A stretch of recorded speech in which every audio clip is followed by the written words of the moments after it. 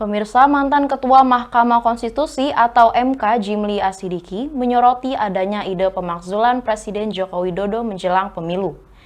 Jimli menyebut proses pemakzulan membutuhkan waktu yang tidak sebentar, kemudian menganggap pemakzulan sebagai taktik dari pihak yang takut kalah. Kalau menurut saya sih saya tidak setuju karena sebenarnya kan itu seperti menurunkan presiden sebentar lagi juga kan akan selesai kan masa jabatannya karena kan sebentar lagi kan pemilu. Jadi seperti itu sebenarnya menurut saya itu hanya hal-hal yang buat jadi isu-isu sekitar aja untuk mengubah semua.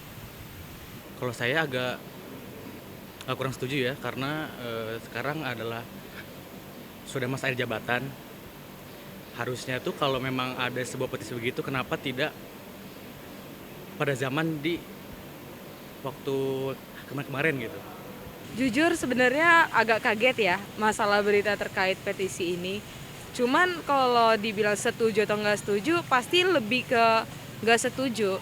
Karena kita sendiri pun nggak tahu gerakan ini sebenarnya ini dengan maksud dan tujuan apa gitu, tiba-tiba diadakan hal ini gitu. Kalau itu kita kan tidak bisa menyalahkan atau menduga-duga, tapi seperti itu sebenarnya itu hanya taktik supaya masyarakat itu merasakan seperti ketakutan, kekhawatiran. Sebenarnya untuk pemilu ini sebenarnya kan kita harusnya bercinta damai aja. Yang penting kita percaya apa yang terjadi nanti akan bisa baik aja, itu aja.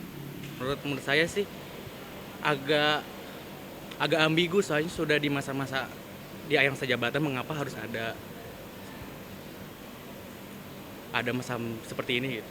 Jujur kalau itu juga masalah taktik untuk takut kalah, sebenarnya kalau dipikir-pikir tidak ada keterkaitan yang benar-benar logis ya, maksudnya benar-benar terkait dengan hal antara petisi itu dengan pemilu nanti gitu loh.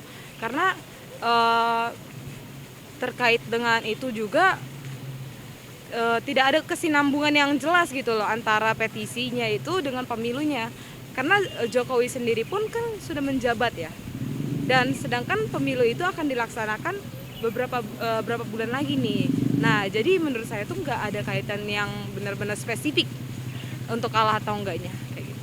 Saya puas jujur karena pembangunan juga mudah, terus banyak hal juga yang mudah gitu. Maksudnya ya bagus lah sampai sejauh ini Indonesia ini sudah diusahakan sama Bapak Jokowi, itu juga udah bagus.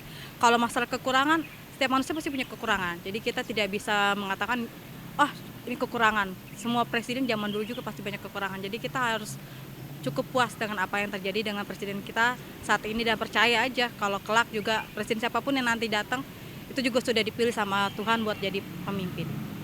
Saya cukup puas sih karena ya kita lihat sendirilah, jalan-jalan tol lebih banyak dibuat, jadi si akses menuju rumah saya tergantung kan rumah saya di Sukabumi nih, dari si akses saya dari Jakarta ke Sukabumi itu lebih mudah, maka saya cukup puas dengan masa jabatan Bapak Jokowi itu. Jujur kalau aku sendiri cukup puas banget. Karena banyaknya juga kebijakan-kebijakan, banyaknya pembangunan ya, mungkin masih banyak yang belum pemerataan pembangunan itu secara pasti. Cuman kalau kita balik lagi masih banyak daerah-daerah atau tempat-tempat yang udah banyak tertolong gitu loh dengan adanya mungkin pembangunan di daerah terpencil, sekarang menjadi banyaknya akses tertentu kayak gitu. Pastinya itu akan memudahkan sih. Mungkin balik lagi ke perspektif orang, apakah kepentingannya itu disesuaikan dengan sesuai dengan kebutuhannya atau tidak. Karena kan banyak juga ya yang nggak puas sama kinerjanya Jokowi itu karena mereka tuh merasa kurang kinerjanya itu berdampak dengan mungkin ke dirinya atau pekerjaannya ataupun ke lingkungan sekitarnya juga kayak gitu.